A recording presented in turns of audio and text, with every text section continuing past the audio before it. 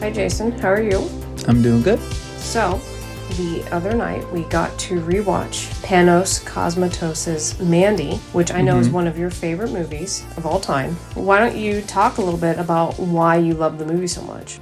Well, it is very intense in a pulp sort of way, but it's also very serious. It's one of the adjectives that critics used to describe it was uncompromising, and I feel like it does something really unique. It takes the iconography of like a horror movie and like psychedelic music videos, and it explores some really interesting themes. Okay.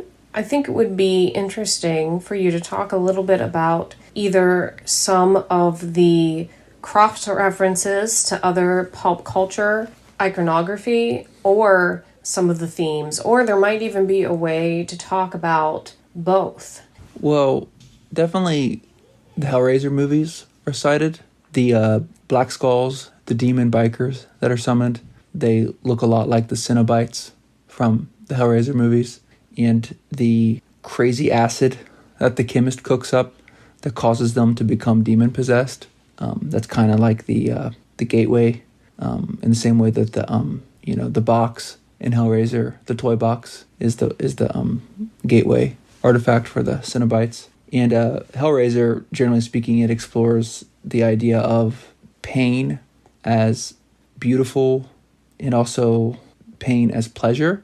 And, one of the creepy things about the Black Skulls, there's that scene where Red goes to the trailer of his friend who keeps the crossbow. And I forget the friend's name, but he says he's telling him about the Black Skulls and how the one time that he saw them, he noticed that they were in an extreme amount of pain and they loved every second of it. Like, that actually creeped me out. But what's interesting is, as far as Red's experience is concerned, he watches, Mandy, his true love. I don't know if they're married. Definitely they're like in a committed relationship. They're soulmates, basically. He watches her, burn. And it made me think of the Clark Ashton Smith poem, Nero. And there's this really interesting line. It's a poem about the emperor of Rome, Nero, who sets Rome on fire. And Nero says in this poem, it's like one of my favorite lines from Clark Ashton Smith, "Destruction hastens and intensifies the process that is beauty." Destruction hastens and intensifies the process that is beauty. And so, like, in a weird sort of way, when Mandy is, burned, Red is watching her, and he's the process that is her beauty is being intensified. It's a really creepy, idea. But I think that Panos Cosmatos is going there. And do you think that there is a similar train of destruction throughout the rest of the film after there are chapters of sorts in the film? They each have a different title. In the one that's the longest, that's called Mandy, where Nick Cage's Red goes on a revenge killing spree. Does that just extend that concept, or is there something else happening from that moment on to the end of the film?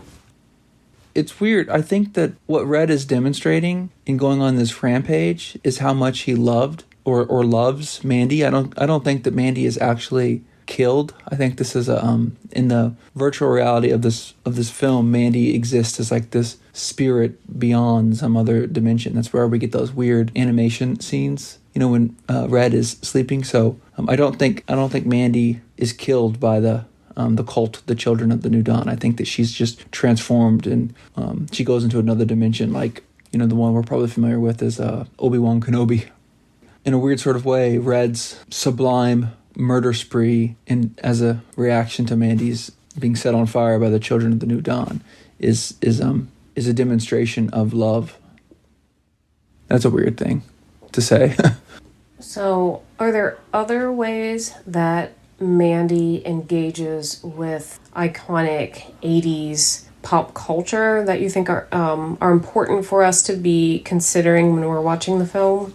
Well, it's interesting because the Children of the New Dawn are this combination of both extreme left and extreme right, or at least to be reductive.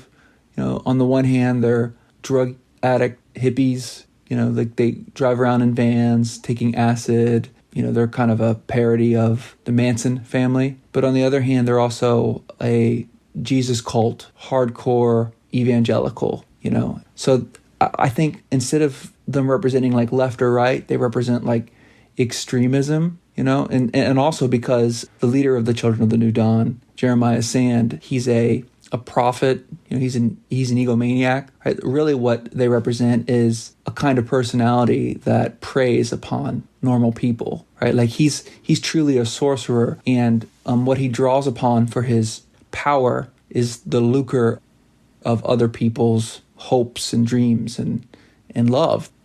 He's kind of a vampire, right? Like the people he surrounds himself with, he uses them to amplify his own ego. And in any sort of political movement has to leverage other people's love, other people's hopes, other people's dreams. And any sort of political movement accelerates other people's desire to belong, to be affirmed. And I feel like Mandy and Red represent like innocent people who are being wrapped up into this kind of ideological, what's a good metaphor? This ideological crucible. So to circle back, like you said, any 1980s iconic films, there's so much. I was thinking of Blade Runner. The replicants. These like they live very swiftly and they die very quickly, and they're made by a corporation. They're kind of a symbol for people being, drawn into this crucible of globalization and being in modernity and being basically sourced like industrialized meat production, but in a like a ideological way. Mandy and Red are in a similar situation. They're being sourced by this horrible cult, and so if you squint, you might see in Red and Mandy replicants. But then again, of course, they fight back. I hadn't thought about the Blade Runner connection just because it feels like such a different genre of movie, but that concept I think is still applicable here. Okay, well, I think we are at our time, and maybe we can have a part 2 because I think there's a lot to unpack with the film. Oh, yeah. I probably should elaborate on some things I said because I say some weird things. The music was provided by Mitch Hunt. The song is Perfect Life.